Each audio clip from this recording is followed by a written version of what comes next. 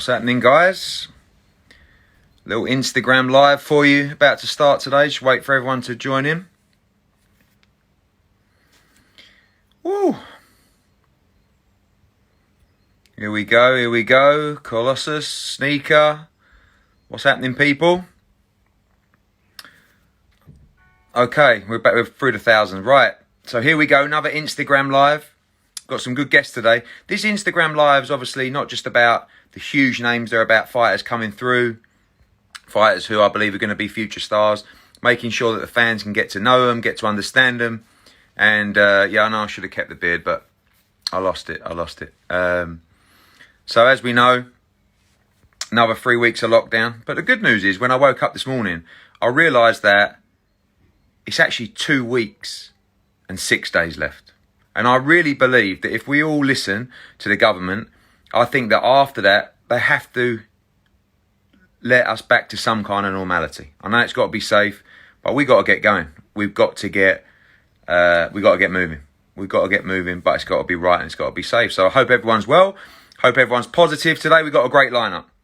We got Shannon Courtenay, one of the best young female fighters coming through, a real fan's favourite, great story. We've got the Olympic gold medalist, world title challenger, now the mandatory for the WBC title, Luke Campbell. We got Kid Galahad, mandatory for the IBF Featherweight World Championship. We got Zelfa Barrett, our new signing from Manchester, great young fighter. We got, in my opinion, one of the top young fighters in the world right now, Joe Caldina.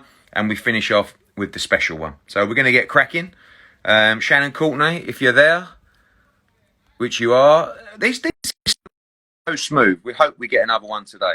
So we haven't missed a guest so far. And we're tuning in to Shannon now. Hello there. Hello. How are you? Bored. I know. How is it? Like, you know, one of my worries, I've got to say, I shouldn't say it because I've got a big mouth, but we're planning something pretty special for the comeback. Like, we appreciate that. It's probably going to be a little bit of time before we can go back to the packed arenas and the 70,000, 80,000. But one thing that I've been thinking about in the last sort of 24, 48 hours is fighters. I think we got a chance for end of June. Right?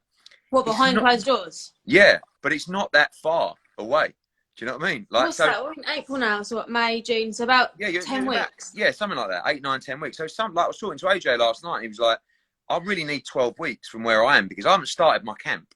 So yeah, I'm training, but there's only so much you can do. And obviously you're at a slightly easier situation whereby we know you need a proper camp, but you are going to be in 6-round fights. So how far away, like if I turn around tomorrow and said to you, right, blimey, we got the all clear. How long do you need before you're ready to fight? Well, I've been training professionally, like not just you. Like, do you know what I mean? Like, I just get in there. You know? I'd say probably a 5-6 week camp. Just the sparring, to really. get sparring in, yeah. Because I've been running every day. Like even it's Friday. Is it Friday? Yeah, it's Friday. I don't even know. Yeah, Friday. This week I've clocked up like 36 miles already running. I'm doing 12 threes in the bag every day. So I'm just keeping myself fit. How's your weight? How's your diet? Is it easy to be as disciplined on, or not? Is that a silly question? No, because you're sitting there and you think you're bored and you think, well, I might as well have a chocolate digestive because I'm not fighting soon. But I have been quite clever. I've been sticking to like my main meals and having like a treat probably once a day, but as of next Monday I'm gonna stop doing that altogether, because if you're saying it may be 10 weeks, then I want to start cracking on just in case, because I want to be ready. I've noticed that you tend to put a lot of long runs. I don't want to make this like too boring for people, but I've noticed that you've been putting a lot of long runs in, and you seem to do that quite a lot. And I saw Terry Harper the other day putting a long run. Someone else was Ricky Burns, I think, ran a marathon, but he's a nutcase. But are you running for longer distances now, or you always put those long runs in? No, so normally I would do 2 long runs a week, and the rest of like my runs are sprints or hill sprints. But you know what? The reason, and I'll be honest, the reason I'm doing long runs is purely for my mind. Yeah. Because it's hard. I live on my own, so I'm isolated on my own, and I struggle with like anxiety and stuff. So just going for like a long run, it's the best thing mentally for me, and it gets you out of the house for an hour. I saw your couple of like cryptic comments on Instagram and stuff like that, where you've alluded to the fact that you have been struggling a bit mentally in the last couple of. Do you want to talk about? I think it's good to talk about. I mean, I think it helps. Yeah, I just think I found it hard. Like, I finally got a punching bag last week, which turned it all around for me. Now, like, I'm okay because I can go punch a bag. But when you're sat indoors on your own and all you can do is like 1 hour worth of running a day, it's hard. And there's only so much TV you can watch and it gets boring. I'm sick and tired of my phone now. And then you're having the same conversation every day. Oh, what are you up to? Nothing. What about you? Nothing. And you just get bored, don't you? So I like to, my problem is I like to be in camp all year long. If I could be in camp for 12 months a year, I'd love that. You'd be happy. I like being active. So to me, it's hard. I think for a lot of people, like boxing has given them that discipline, that structure in their life where it's changed their life. Like you're a great story where we know about, what it did for you and how you changed you like physically, mentally. And without that, it's difficult because that's the thing that keeps you sane, really. It's not even just that. I know that I'm not the most talented fighter, so that's why I work twice as hard. Well, that's a little bit harsh. No, but I You've only had work a twice couple of fights. No, but I'm not. I know I'm not. I'm not naturally talented, and I know that I haven't got that Olympic background or the 100 amateur fights background that other girls do, like Katie Taylor or Savannah Marshall. So I know that I have to work harder than them. That's why I like being in camp all the time. That's why I like to be active. That's why my fans are continuously harassing you, saying, when's your next out? Because I like to be busy. You do that well. Yeah, you do that well. You do that well. I mean, you haven't boxed this year so far. No. And you were due to box in April. So it is a long layoff for you. I mean, the best case scenario for you is going to be June. So it's going to be, I know you boxed in December, but it's disruptive to everybody. But do you think the likes of AJ will fight behind closed doors? Or do you need that to be with an audience? In my opinion, that shouldn't happen. Right? No. So, because my personal feeling is what we've built in boxing, and boxing is all about energy. It's about the moment. It's about the visual impact for a TV show of having thousands of people screaming Sweet Caroline, national anthem. But fighters need to fight. And that goes down from 4-round fighters to unified world heavyweight champions. Yeah, of course. So, like speaking to AJ yesterday, sort of saying, well, in an ideal world, he'd box end of July, August. But he also needs a 12-week camp. So I've got to start my camp soon. And then it's like, well, if I'm only going to fight once this year, does it matter if I go in September, October? Like if he's, you can plan out your career a lot better in that kind of scenario where, okay, well, Fury and Wilder are going to box in October and I want to fight the winner. So if I box in October, I can fight the winner in February, March, April, right? But with you guys, it's like, you can't get to a situation where, for me, there's some really good fights that can be made behind closed doors because we've got to provide for the fans, we've got to provide for the broadcasters, and we've got to keep the sport moving, and we've got to get you guys paid.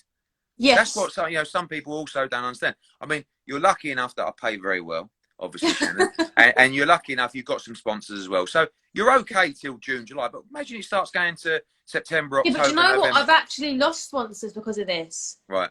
I've had this is a great chance. We've got 2,400 people. If there's any companies out there looking to sponsor fighters, Shannon Courtenay is the one to sponsor. Right? Great image, great story, understands the business, understands social media, can really fight, loads of airtime coming up, TV time. This is the moment. But good banter and all. I've got good banter. Arguable. But if you do need a few quid, you can always phone me for an advance. You know that, don't you? Genuinely.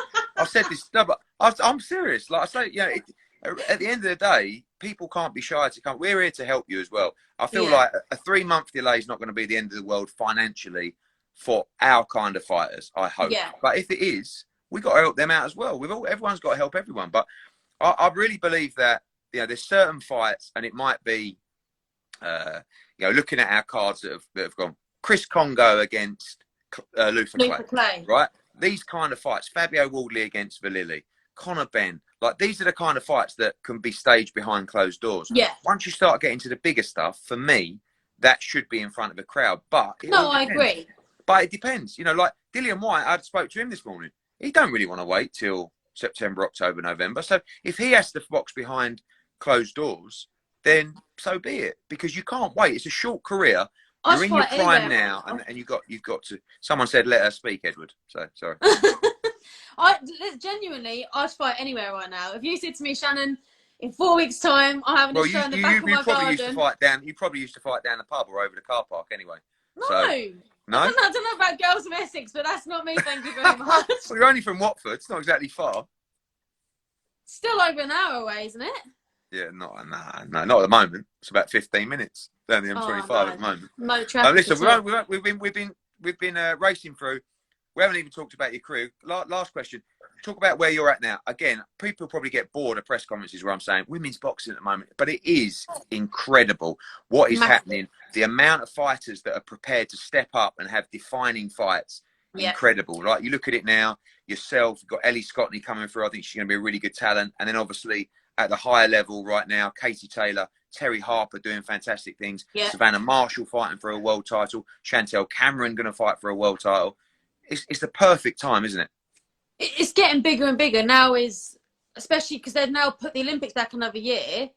It gives people like us the chance to even get another year ahead before the next cycle comes through for us to make a bigger name for ourselves. So like I want to start, obviously I'm not going to be fighting anytime soon, but I'd like this year, as long as obviously you and Adam and Charlie agree, I'd like to fight for maybe the Commonwealth this year. I've got my eyes set on what I want to do, and then obviously next year should be a big year for me, but as it stands right now, I just want to fight. But I'd like to, within 2 years, have the career defining and life-changing money fights as well, because that's what it's all about. Of course. Well, listen, you have a big future. Stay focused, stay mentally strong. It won't be long. You'll be getting a phone call from me in the next 2 weeks with a fight date, all right? Perfect. All right, Shannon, thanks for coming on. See you later. Bye. Always good to speak to Shannon. Always super honest. We're going to go now to, if we can find the main man, Luke Campbell. Here we go, firing him. Of course, great fight with Lomachenko recently and now due to fight for the world title. Luke Campbell, what's happening? Hey, not a lot. What about you? I know. That's probably the most common answer on all these Instagram lives. Do you know what I mean? Yeah, not a lot. What's happening in Hull? I haven't been out. Oh, that had to go. Oh, that was awful. That was. I'm trying to grow the full thing. The goatee, the goatee. Yeah. I reckon you'll. The sides that coming. I reckon time we come out of isolation in 2022, I reckon you'll have it. I reckon it's not a bad shout. The sides are coming along, but slowly. You'll have to have the Conor Ben implants. You know what I mean? Oh, is there implants? Yeah. Interesting experiment. How's things up there? How's the family? Everyone good? Yeah, all good, mate. All good. Just keeping busy with the boys, training every day. Just keep trying to fill the day as much as possible, really. I mean, that is one thing that we have to take the positives out of this. I mean, don't get me wrong. It is doing my absolute nut. I can't say it too loud because they're downstairs, but my God. I mean, like, I know you love your kids. I love my kids, but oh my God. Like, and school's starting on Monday at home. I know. As well, so I'm dreading it. I mean, I've got to go. I've got to go somewhere. I'm going to go down the bottom of the garden or something. I don't know. But it is, homeschooling is so difficult. But listen, you spend most of your life down in Kent now, in camp. Yeah. So you have had a lot of quality time with your boys. Yeah, no, exactly. And I guess what's the worst thing? You know, I'm stuck at home with my family, so we're all healthy, everybody's happy, and we're just waiting out for the world to beat this virus so we can get back to our busy schedule. You were due to go April 17 against Javier Fortuna, so in a way, frustrating that you missed that boat, but also in terms of the queue, you're at the front of the queue when we do come back for that fight. When we did our Fight in Fit series, which if you haven't watched yet, download on Sky. It's every morning at 8 a.m. If you saw my one the other day, it was hilarious. It was the most embarrassing thing I've ever. I mean, They are tough sessions, though. Mate, I put a padlock on my fridge, and I've just thought, Ed, you got to stop. Game over, mate, because I couldn't move for 2 days after that. You were a machine. You know that when you left that day, everybody said, "Oh my God, Campbell, you did 3 sessions, right? 3 hit sessions." Yeah. The trainers and everyone said, by far, out of everyone they had, and they had some proper athletes down there, and Lawrence Sicoli, and proper athlete. And you were a machine. So you are fit. You are super fit. Yeah. Same question to you, which I asked to Shannon. How long do you need? Because at the end of the day, is it just the sparring? I mean, because I'm hoping that we get some kind of action end of June, right? But I feel like your fight's going to be July, maybe August, something like that. But, you know, it's not that far away. I got asked that question the other day, like, when we can go back out and start competing again, like, do you need a full training camp? And I don't need a full training camp because, I mean, I just more or less trained a full camp all but 4 weeks. So I was fit.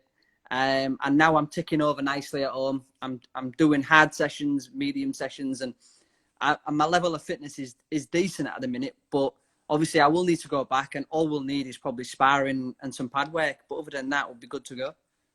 Now, I'll ask you the question. I think you are one of the people that, obviously, the plan with these Instagram lives and with the whole building profile of fighters is to stay relevant, keep people calling out your name, mentioning your name. You're one of those guys that's had that a lot this camp, because Mr. Devin Haney, you know, one of our other clients, has been talking a lot. And for those that don't know the situation, obviously the WBC, when Devin Haney was injured, the WBC ordered him into recess and ordered you for the world title against Javier Fortuna. He's now making a campaign saying, well, I'm back now. I'm not in recess, so I should still be champion. But obviously, we also know the WBC have ordered the fight between you and Javier Fortuna. You have submitted your thoughts to the WBC. He has done the same, and we expect a ruling. But from your position, confident that that ruling should stand? I mean, I'd like to think so, because, you know, it's of no fault of my own to be given something, train.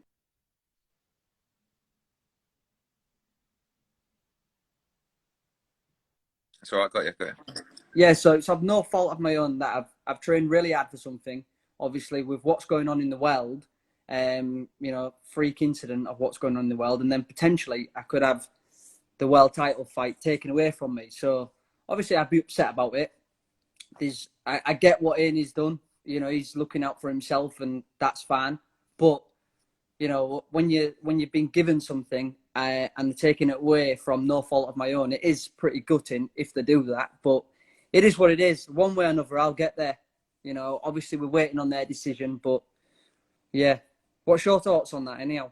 My thoughts are, I understand both arguments. You know, it's difficult for me. I said to you on the phone the other day, I got Devin phoning me up saying, well, you got to tell the WBC, I'm ready. I should be reinstated as champion. And I've got you saying, well, hang on, they've already ordered it. And they have ordered it. It's very difficult to agree a deal like we have done with Javier Fortuna, and then for that to be for an interim title, because that deal actually changes. But personally, I don't think they should have ever put Devin Haney in recess. He was only out till June, but they did. So that's the problem that's been caused here. And obviously, you're right in what you say. It's of no fault of your own at all. You've been ordered to fight the WBC world title. He probably should go into recess. Maybe you just fight Devin Haney straight off the bat for the world title. And I know that you're quite quiet and quite reserved. You phoned me the other day and you said, I've got this interview and I'm talking about the situation. I said, well, talk your mind, Luke. And your mind, you know, the general basis of the conversation was, Devin Haney talks a lot and he ain't fought no one. Right? Yeah. So, and he does a very good job. And listen, he's a brilliant fighter and he is prepared to fight everybody. I know that for a fact. But, you know, your sort of comments were, well, I've boxed a lot. Here he is. Devin Haney's on. He's on. He's just put a message out. He's done the horny sign. You're obviously making him horny this morning, Luke, ready for that fight. Do you know what I mean? But the fact is that your thoughts were, I've boxed Lomachenko, I've boxed Linares. You know, we know you come up short in those fights. Yeah. Linares won very, very close. But what's your thoughts on Devin Haney? And you got the floor now because he's watching you right now from his bed in Las Vegas. Listen, I've never been one of them fighters that starts slagging another fighter off. You know, at the end of the day, this is a sport, and do it, Luke. Do it. Yeah. Listen, at the end of the day, if he's in my way, I'll fight him, not a problem, and I'll beat him, not a problem as well. You know, like you say, he does talk a lot. He's obviously got in touch with the WBC to be emailed champion yet again, which is fine. You know, if that's the way he wants to do it, or you know, I'm here to fight, and I want to prove that I can be the best, and that's it. One fight I know you won again is Jorge Linares. That was a great fight. We know you lost your father just before that fight. I felt like you shouldn't have even been in that fight, really. Very brave of you to go ahead. Talk about, before we go on to Lomachenko, because I know a lot of people are coming in with popcorn and all sorts right now about you and Devin Haney. And he's actually messaged saying, speak your mind. Do you rate Devin Haney, and how do you beat him, and what makes you so confident that you beat Devin Haney? I just believe in myself. I believe in what I've got, my skill set, my heart, and everything else to go with it. Obviously, Devin Haney, he looks like an all-round solid fighter. But you know, I've boxed three former world champions and 2 3-weight world champions, both in the top 10 pound for pound. This one I fought them, And, you know, Hearn's yet to be tested. Obviously, he's calling everybody out. So, obviously, that being said, let's fight. Let's see him against someone who's highly rated, who's proven himself at world level, and let's see how he does. Is he going to sink? Is he going to swim? We'll have to find out. Devin Haney, I know you're watching. Are you going to sink or swim? Are you going to sink or swim? Listen, for me, I think when we look at that lightweight division at the moment, Luke, it is unbelievable. For me, I think it's the hottest division in the sport. You know, Lomachenko, Teofimo Lopez, Devin Haney, Fortuna, you know, so many other fighters as well in the mix right now at lightweight. And we've got to get, when we come back to boxing, we need to see these fights. We need to give the fans these round robin matchups. Yeah, no, exactly. And this is what it needs. It needs talent. It needs big names and people that are well known in the division to make it so exciting. To the likes of myself, Lopez, Lomachenko, Haney, you know, Ryan Garcia, Devonta Davis. Oh, Ryan Garcia. I forgot to mention Ryan Garcia as well, by the way. Sure. That's what I mean. Yeah. These are the characters that it needs to make an excellent, exciting division. And I'm excited to be in the mix with all these. And, you know, I want to go out there and prove I'm the best. Good, man. Well, listen, stay ready. We're going to move on now. Thanks for joining us today. Yep. And get those big fights made soon. Cheers, Luke. Definitely. See you soon. Bye, mate. Bye. Bye. Olympic gold medalist, world title challenger Luke Campbell there. Listen, I love it when people come on and start goading people. Hey, Devin Haney, hope I won't have to beat Luke down in the arena with no fans. Devin Haney's ready for these fights. I think Haney against Campbell, great fight. What a time for the lightweight division. Now we're going to move on to someone I believe will be the next big star from Manchester, Zelfa Barrett. Zelfa, are you there? Let's have a little check out. Here we go.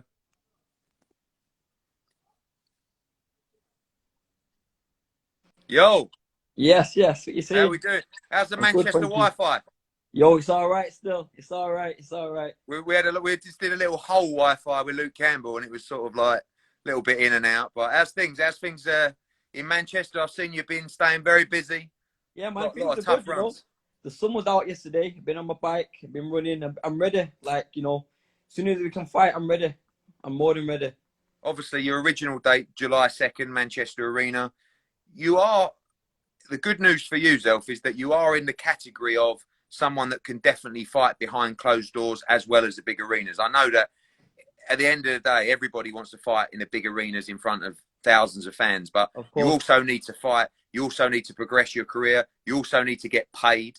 So everybody seems to be more than open to the idea of a closed door fight if that's what has to happen. Of course, I'm more than ready. You know, it's not like a spar, but it's all professional. And, you know, if that's the case, then I'm more than ready for that. You know, I'm in shape. I've been running. My weight's good. I eat good every day.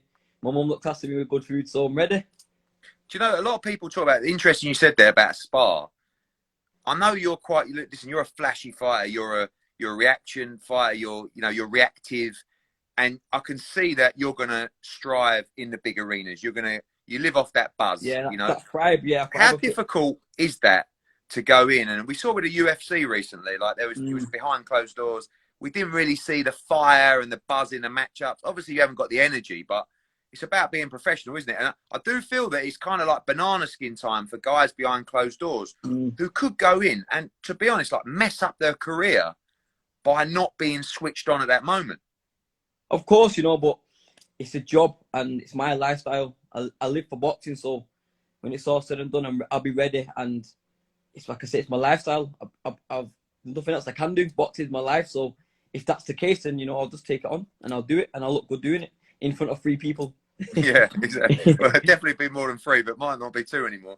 Listen, yeah. When I remember that, obviously you joined us recently. I'm delighted to have you as part of the Matchroom Sky Sports, the Zone team. I watched you for a long time coming through, and you know, when you watch other fighters who are with other promoters, you sort of think to yourself, you know, you're trying to convince yourself and say, nah, he ain't all that. I don't need him anyway, you know. And like you were coming through, and I was thinking, fuck, he's good, this kid. Sorry, my language. He's good, this kid. You know what I mean? Manchester. Whenever there's a kid out of Manchester, I get excited. The fans are unbelievable. Then you went into a fight with Ronnie Clark, and I remember watching that fight. I couldn't believe really what I was seeing. I want to address that fight first. I mean, look, no disrespect to Ronnie Clark. He's a tough old boy. Gave Martin Ward a great fight as well. But what went wrong for you that night in the build-up? Because you've been flawless again ever since.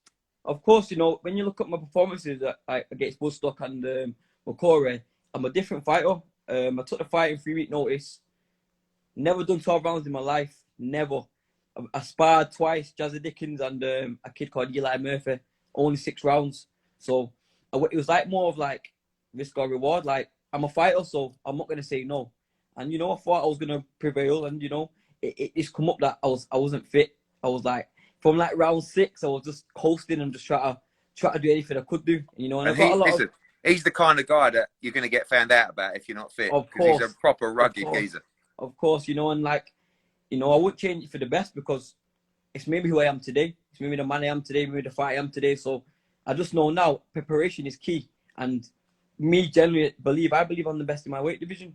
And you guys have got the platform, you know, so that's all I need is platform and time. And I generally do believe I'm the best in my weight division. Well, we've got the platform, but we've also got a lot of domestic fighters that are coming through. And I think it's such an interesting time because when you look at where you're sitting at the moment, you're sitting at on that domestic ladder, right? So you're Commonwealth champion, you know, you're of the guys that are not yet on the world level or chasing the world level, you're arguably top of the tree in the division. Then you've got guys that probably look at you and say, man, I don't really want Zelfa Barrett. I want the world title shot. And I look at guys like Martin Ward. I look at guys like John O'Carroll, you know, these kind of fights. I mean, you were at the Quigg Carroll fight, you know, and you know, you've got to be chasing those guys now, haven't you? That are going past domestic level. What's your thoughts on the likes of Martin Ward and John O'Carroll, particularly? To be honest, I like John O'Carroll looked good against Quigg. He improved since his last fight. And Martin J was a very good boxer, but you know, I really don't. But I believe that I'm on their level or a level above because I won't be here and I won't be dedicating my life if I didn't think that my skill set. I've got more ability than more of these fighters, even some of the American fighters. I generally do believe in myself. So, you know, like I said, all I need is preparation. I believe I've got my skill sets world level. I believe it. My knockouts are looking good. Like, you know, well, let's talk about world level. For me, like when I'm planning your career out right now, it's all about momentum, which is difficult right now, but it won't be once we start back up. It's about profile. It's about getting people talking about you, but it's about moving you up the levels at the right speed. Let's talk about the top of the top. Yeah. Firstly, what did you think of the Tevin Farmer fight against Jojo Diaz? And again, like, you know, that's another. Those kind of guys is where you've got to be chasing. Did you see that coming? Of course. You know what? Jojo Diaz is good. And Tevin Farmer is so slick and whatever. But I just thought Joe Diaz has got that power and the timing just to catch him.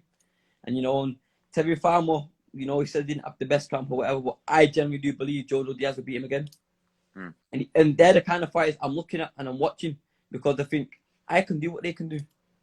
You know one fight, and I think this guy, although, you know, might have lost a little bit of momentum lately, Miguel Burchell, proper tough He's a fight. tough Mexican. I mean, when we talk about, you know, the likes of Ronnie Clark, you know, this is another level of toughness and ruggedness, he's a tough guy, you know, and can punch as well.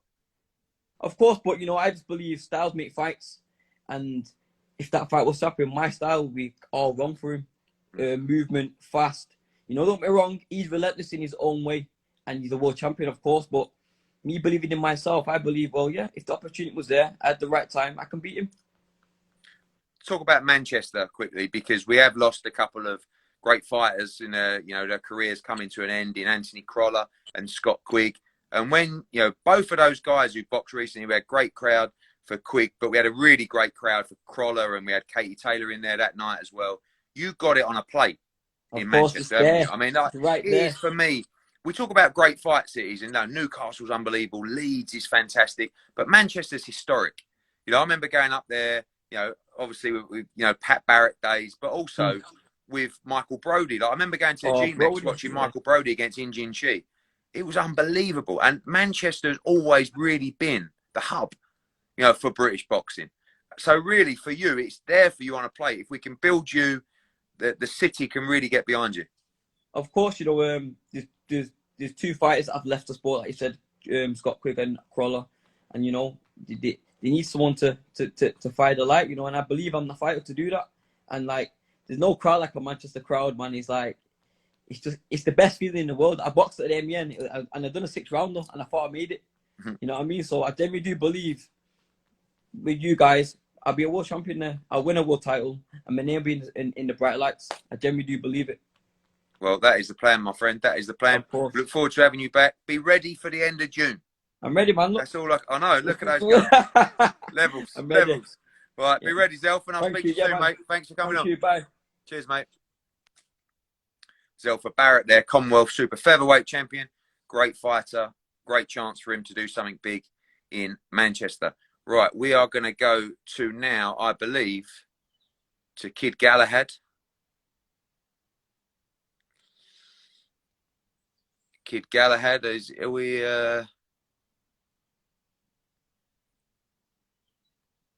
Okay, I can't remember the order. Yeah, we're Kid Galahad next. Then we're Joe Caldina. And then we're the special one, Kel Brook. So, going well, if we can just make sure Mr. Galahad is online.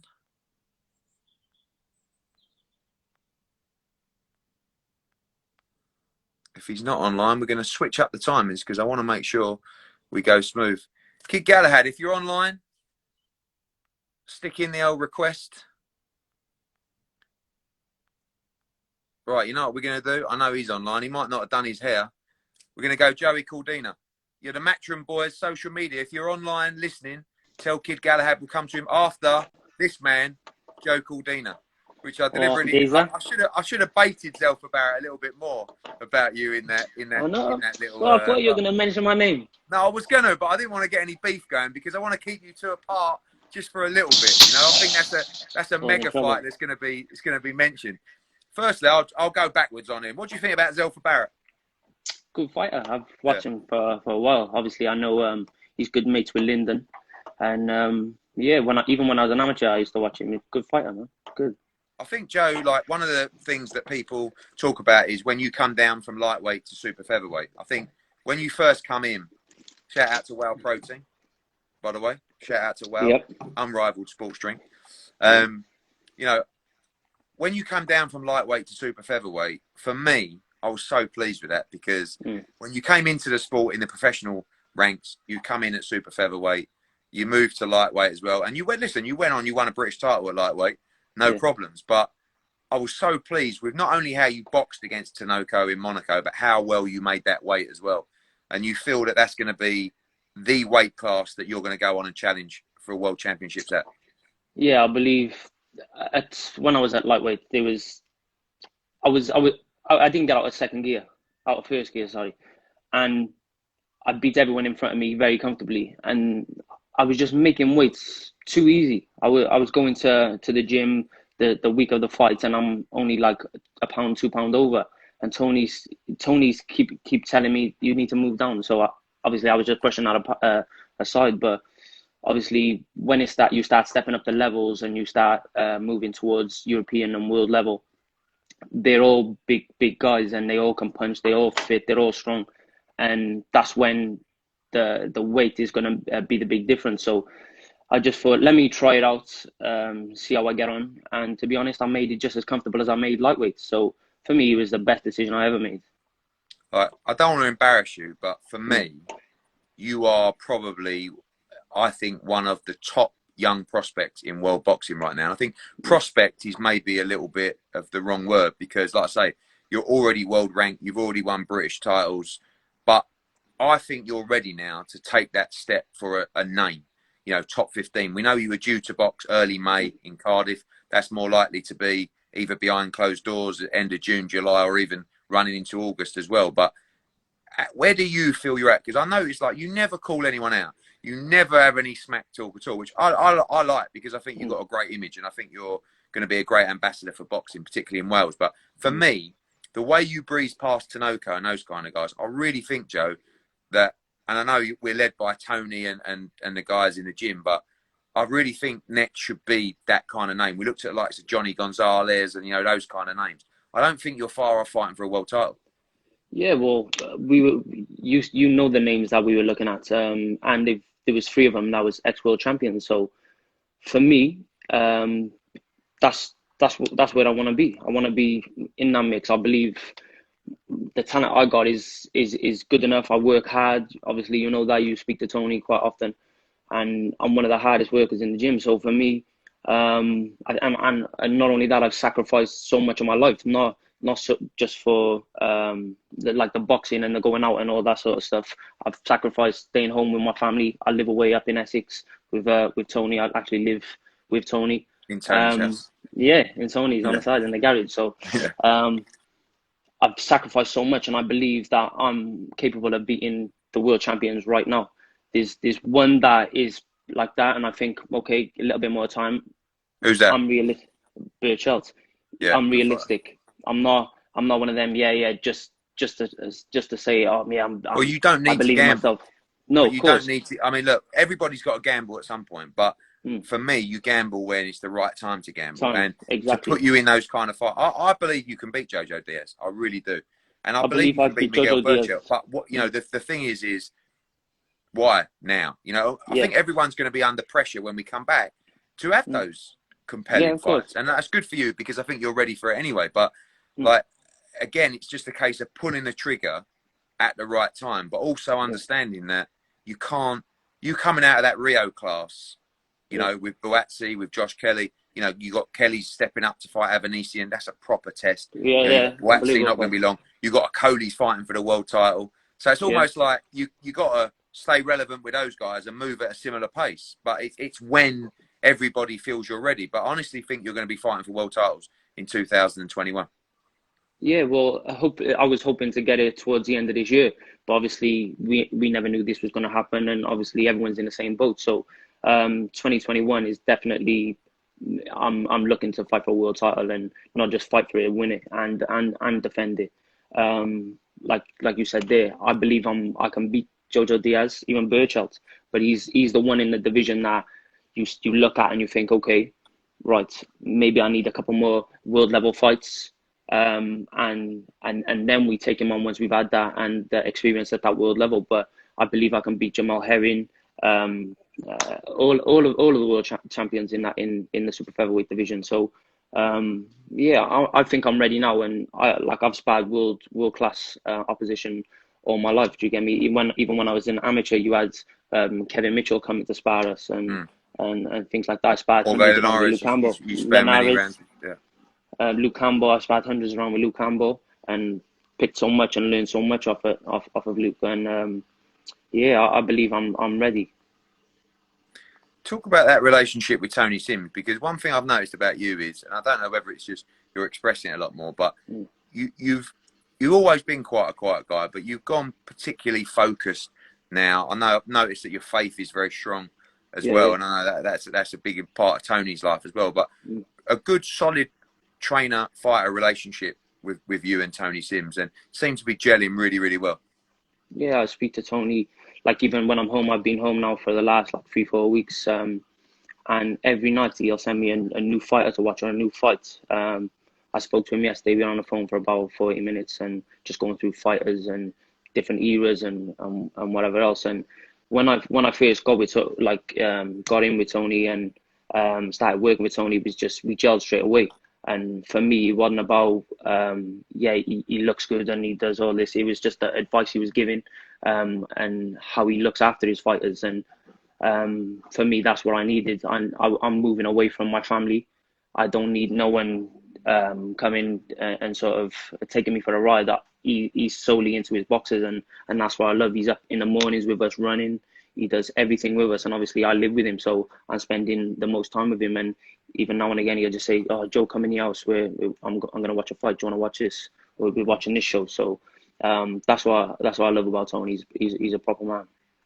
Finally, big plans underway to try and get boxing back in some capacity. We know that initially it could be behind closed doors.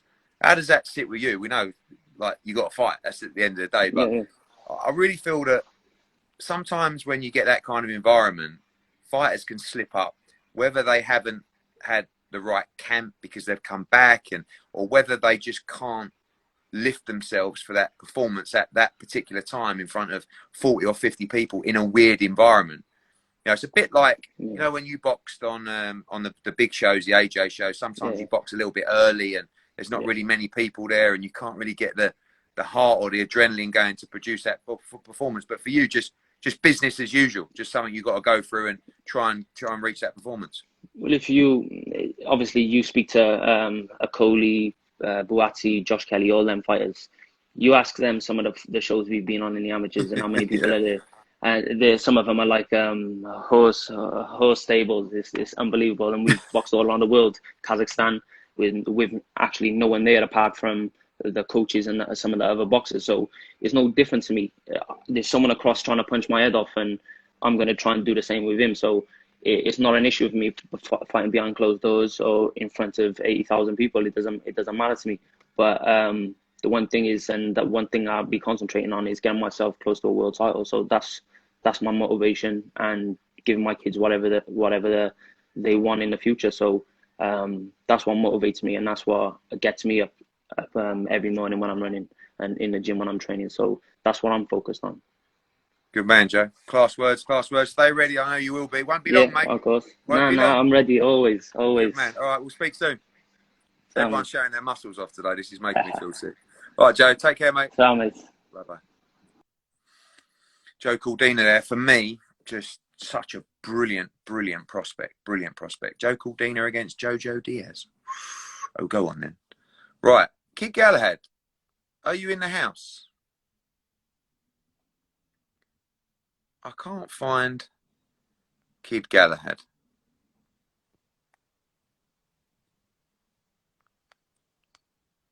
I got him. There we go. Hang fire, Baz. Let's go. There we go. Right. I've found you, Baz, but just give me 2 seconds.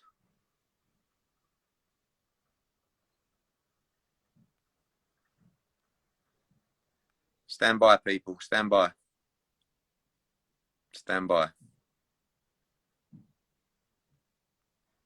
Oh, Baz, where are you going, mate? We're dropping in and out here, Baz. Hold on, people. I found you there. Let's go. Right.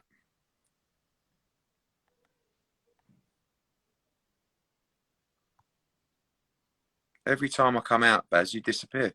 Right. Hang tight.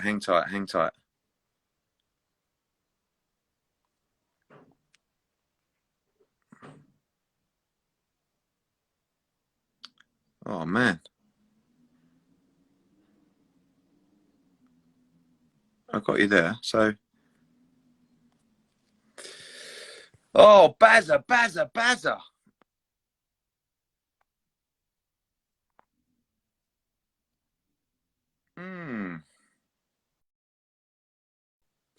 Right.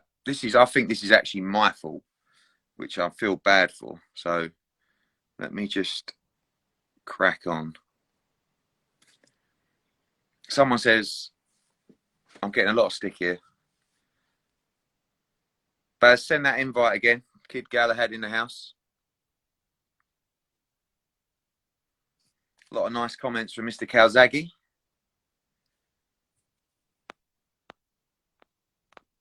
Ping that invite in.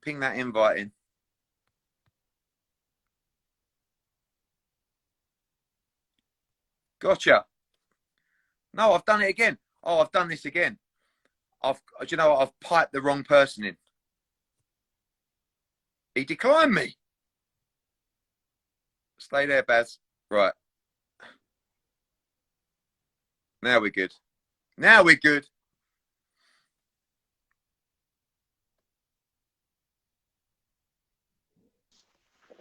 Baz!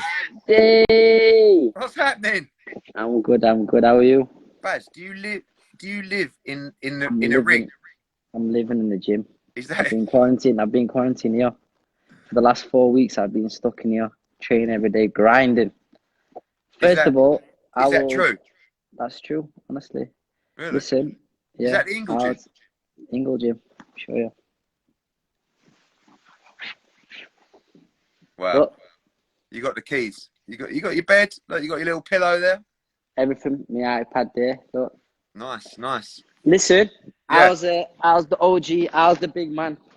Bazza, Big Baz. he's all right. He was a little bit. I mean, listen, it was frightening times for us because not just him having a heart attack, but him being in hospital at the moment. I mean, it was a nightmare, you know. So he's back. He spent the first few days giving it the old, you know, my life's about to change. I've got to just slow everything down, and you know, maybe it's time for you to take over the reins. And now he's just got back to normal, basically saying like, I'm back. You know, he did 20 days straight in the gym on quarantine. So this is why, like, and then he ended up having a heart attack. Oh, it's good. So he needs to stay fit. He's got a lot going on, hasn't he? Staying fit? You staying fit? What's that? I'm ready, Eddie. Yeah? I'm always on it. It's the last performance against, last time out against Marrero, for me, one of the best performances of your career so far. It was a good performance, but listen, Eddie, when you're getting in that world title,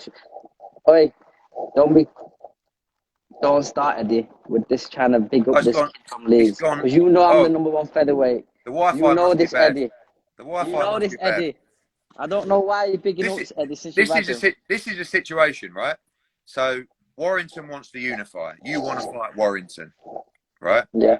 But and I'm not just saying this because now we represent him, but you can understand in his position why he wants to try and have that defining unification fight, Ring Magazine, etc.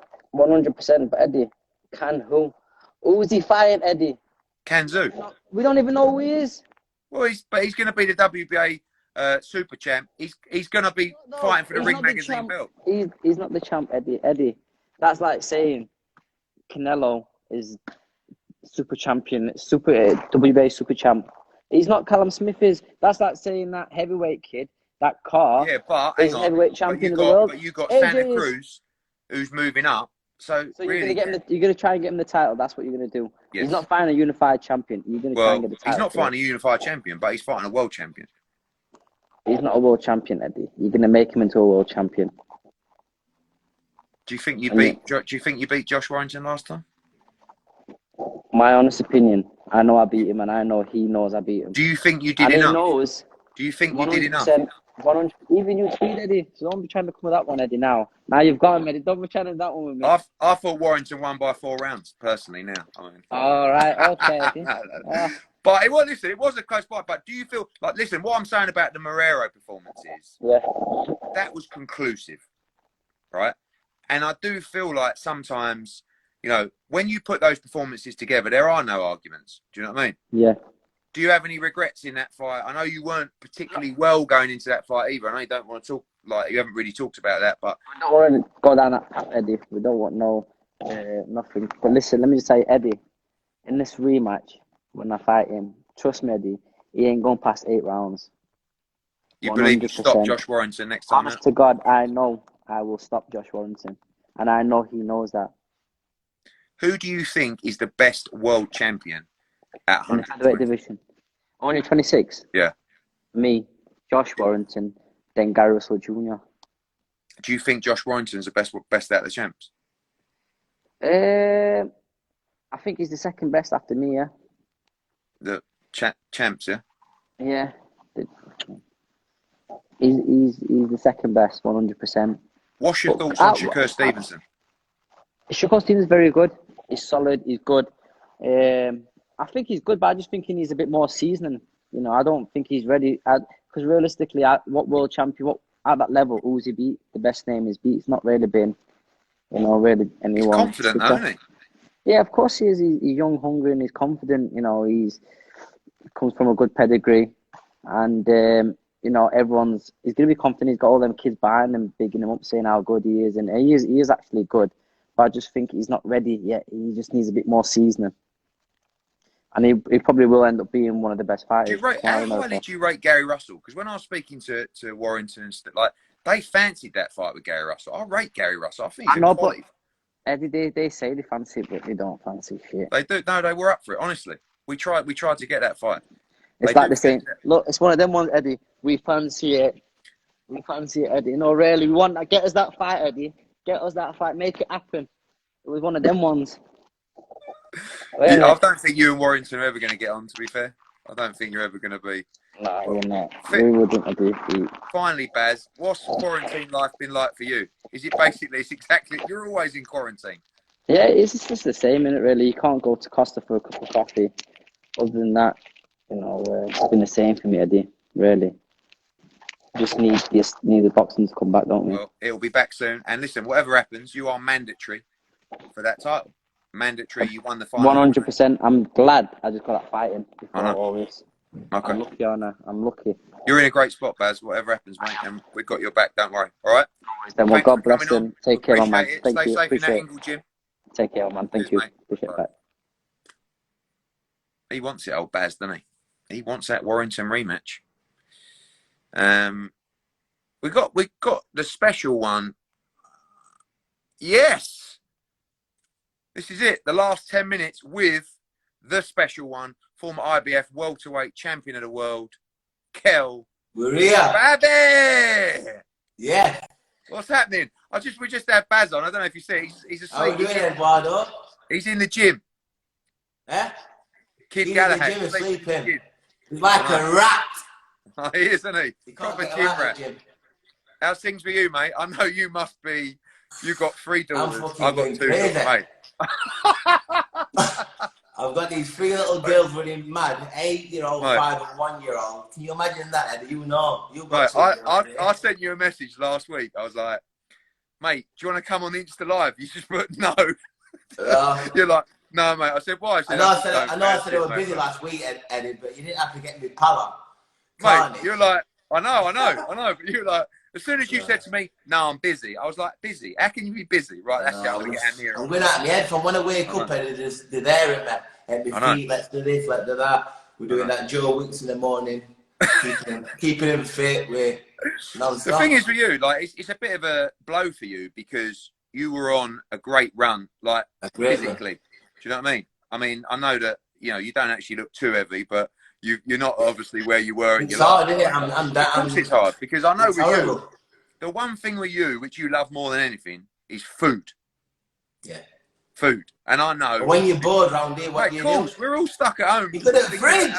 Cakes, everything, you know what I mean? So what's the training? Have you been ticking over? What can you do? You got yourself a little setup there? Yeah, I've got a gym in house doing little bits, but it's hard where I live. When we go out, there's police everywhere. It's like there's a lot of old people around where I live, and obviously there's only so much you can do. There's only so much you can do because everything's locked down. For you particularly, the one everybody's talking about at the moment, Terence Crawford, important more than ever to keep that weight down because we know if it comes at 47. I think with you, it's like, I don't know what it is about you, right? But when you have to do something, I know you always do it, right? And we spent years, didn't we, where I'd call you up and ask you how your weight was. You'd tell me you're about stone lighter than where you really were, and we know that. Trick, though, isn't it? And every boxer's trick. I know, but when you're in a position, you always made it. You never missed weight, right? Like as bad as you were against Carson Jones making weight, and as particularly bad as you were against Errol Spence. Probably, I've never seen you like that before. It is a mission for you to get to 47. That muscle gain from Golovkin, I think that was a big one with that. Yeah. It was so hard to get that weight off. But you're huge anyway. But at 47, you've got it in there to make it if it's the right fight and the right opportunity for you. Yeah, the signals we're getting from Crawford's team, they want it. Bob Arum, it's there to be made. So that's a huge fight. Crawford's one of the pound-for-pound best fighters out there. And, I said before I left this game, I want to fight the best out there. So I want. Well, listen, I don't think anyone can. You've boxed Sean Porter, beat him. You boxed Gennady Golovkin. You boxed Errol Spence. If you box Terence Crawford, you've boxed virtually all of the top fighters in that division as well. Everything coming through about Crawford. Of course, people coming through about Amir Khan. Have you just given up? I mean, it seems like you've kind of given that up for the last year or so now. Anyway, the prospect of fighting. I've given that angle up because there's no more I can. It's gone past the line now for me.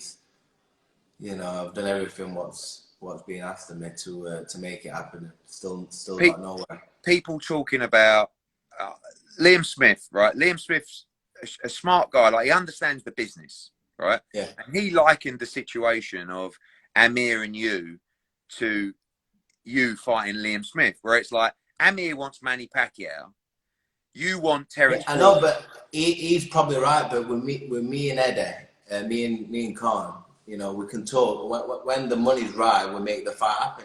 And it's same with Liam Smith. I'll take that fight. But when we talk about money, that's when we can get sticky on that, innit? Because that's like I said, with prize fighters and that's a great fight. You confident with Liam Smith that you win? Do you understand what he was saying? Like, I think, and I agree with this to a point. Amir doesn't, you know, I know Amir believes he can beat you, but to lose to you would really kick him in the nuts. I think, like Amir Khan would lie and duck away from that answer. I'm with you. Yeah, I believe and that. And if you lost to Liam Smith, would you leave the sport thinking, "Fuck," you know, like, ah? Absolutely, I understand. That's the feeling. That's why the reward has got to be worth the risk. Yeah, and that's same with any fight. You know that. I saw a couple of comments the other day from our friend Chris Eubank Jr.